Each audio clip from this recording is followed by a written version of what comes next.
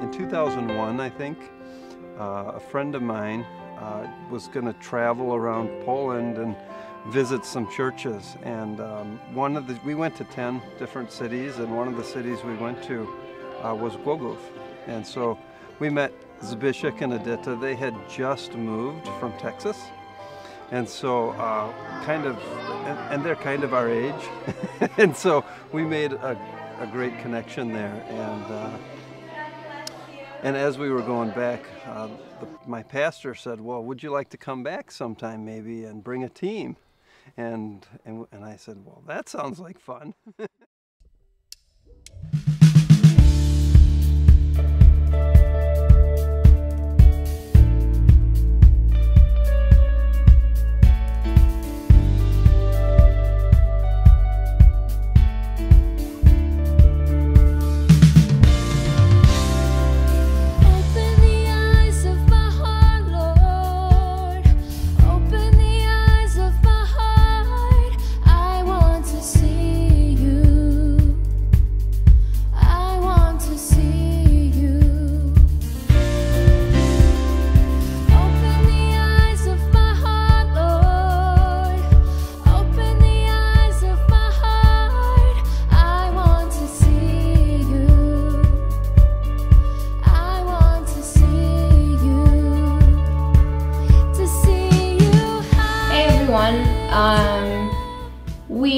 This year, as we all know, the camp is not gonna happen, and a couple things I wanted to say. My first English camp was in 2014, and since then it's always been a part of my summer, and it's really weird that it's not happening this year.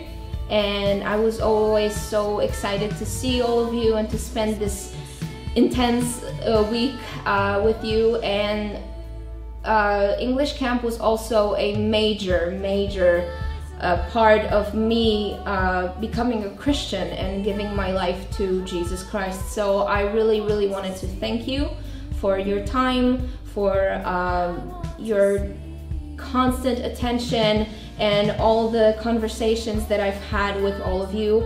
And yeah, I love you and I miss you, and I hope to see you as soon as possible.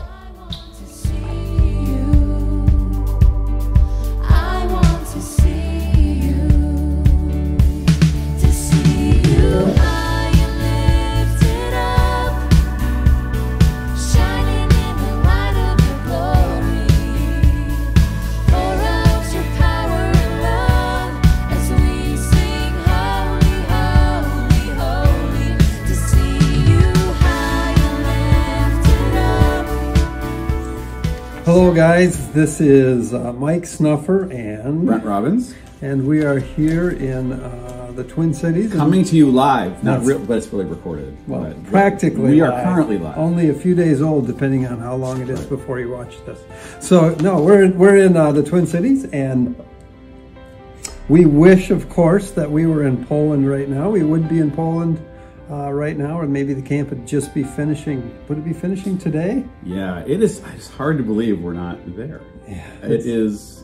This has been such a crazy year, and we're really sad. We're sad. Very disappointed. It almost feels like not summer. Like something's wrong. Like right. Something's off. We should be with you guys, and we miss all of you. You're our dear friends, and we're so sad we're not there with you. Yes, and we're praying that we get to come next summer, or even maybe sooner or something, and hang out with you guys. But it's clear that's not going to be an option in the short run. But and Americans aren't particularly welcome right now, given the we are #1 in virus spread. America, you're crushing it. Yes, we are winning that unenviable statistic. So. All right, well, so I'm going to introduce the clip. We're going to do this. So Zbyszek asked us to do just a version of what we would do at camp. You guys have seen us do it, although never together, I think. I don't think we've ever done this together. So this is the first innovation here in the year of COVID. Our world is on fire. There are embers of virus floating all around us. And we're sitting there as a culture, as a people, kind of with our head in our hands, with the wreckage around us. And life has changed in ways that, I mean, last year when we were together, we never could have even considered this. This wouldn't have crossed any of our minds as a remote possibility. And I know people myself who have been ill. None of my close family members or friends have passed away, but I know others have, and I'm sure some of you have. And so this has been a really hard and devastating time. People have lost jobs, or they've lost income. You know, the summer plans you had, the summer plans we had to come to Poland have been gone. They're not happening. You know, restaurants, museums, none of it. And so I think, you know, Mike and I were talking about, like, how does this make us feel? And we talked about hopelessness, but I don't think that's not what this is. This is a feeling of disorientation or uncertainty. It's almost like it's not happening. It's like a dream. Like next week it'll be back, or next month, or there'll be a vaccine. It'll all be back to where it was. But really, actually, it won't be. So look, I think the religious thing to do right now is for me to tell you that your hurt and pain isn't that bad. That there's an easy answer. That you know, there's going to be hope, and it's going to be great. And I'm just not going to do that. Okay, we're just not going to do that, because that's not true. What's true is it is hard. What's true is people have lost real things that they will not get back. And I don't know what the future holds. None of us do. And I think there is hope, and Mike will be talking about that more. But it's not because it's not real pain, and it's not because we're going to go back to normal right away. My life has been upended. I used to travel for my job. My job sent me around the globe, and I was gone every month, basically. I have not been on an airplane outside of the U.S. since February, which is shocking to me. But that's just small stuff, right? People's lives have been upended really seriously. Your pain is real. We are apart. Mm-hmm. We want things to go back to normal, the way things were, but they won't. But that is exactly why we need to turn to God. Because there is something unchanging in this world. There is something solid and real, and that is God in the person of Christ. So this reminds me of Ecclesiastes. So Ecclesiastes is sort of a strange book in the Bible. It's not one that we talk about very often in camp, just because it's a bit strange, but that strangeness really feels right now. So I'm going to read it from Ecclesiastes 7:14, and in there God says, "When times are good, be happy. When times are bad, consider God made one as well as the other." And again, that actually could feel hopeless, right? Like, who cares? It doesn't matter. But that is definitely not what's going on there. What's going on there is that we can rest in God who knows our circumstances. And when things are good, yeah, he's there. When things are bad, he's there. The point is, he's there. And he's there for me, he's there for Mike, he's there for you. And Mike's going to talk more about what that means to you in your life. But I just want to end my section of this is, just because God is there, and he is there in your pain and in your suffering, that doesn't mean your pain and suffering isn't real. And it also doesn't mean that there's some easy magical cure. And it doesn't mean that you're not a good Christian or you're not a good person if you're in pain and you're suffering and you're hurting. That's all real and appropriate and right. And we're not taking anything away from that. Mm-hmm. But there is hope.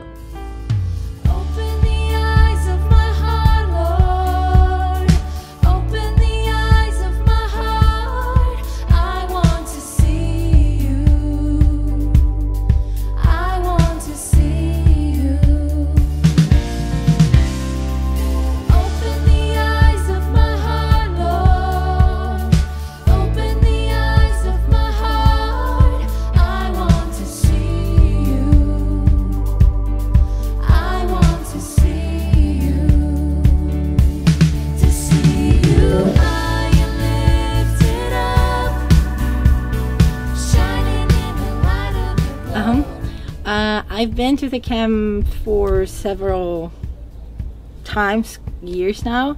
At first I started as a camper, which gave me a chance to meet a lot of wonderful people, and I'm fortunate enough to still have contact with them, so we still keep in touch, and we formed great relationships over the years, and after some time I was lucky enough to have my part in creating the camp. So now I also help with worship at the camp. So we take care of different songs that we sing with the rest of the campers. I also help with translating, and I just became like a part of staff, which I'm very happy about. And I think the most important part about the camp and what it gave to me was the fact that it actually introduced me to the topic of God, and it was actually the first time that made me realize the importance of that in one's life, and just presented God to me in such a different and fresh way. That made me realize that it's actually the most vital part of your life, and to which I am really, really grateful about. So I do wish we could have met this year, but I do hope next year we will be able to meet and have our camp, because I miss all of my friends, and I just miss having this time all together, and we just gather together to have some time and also share our passion for and love for God.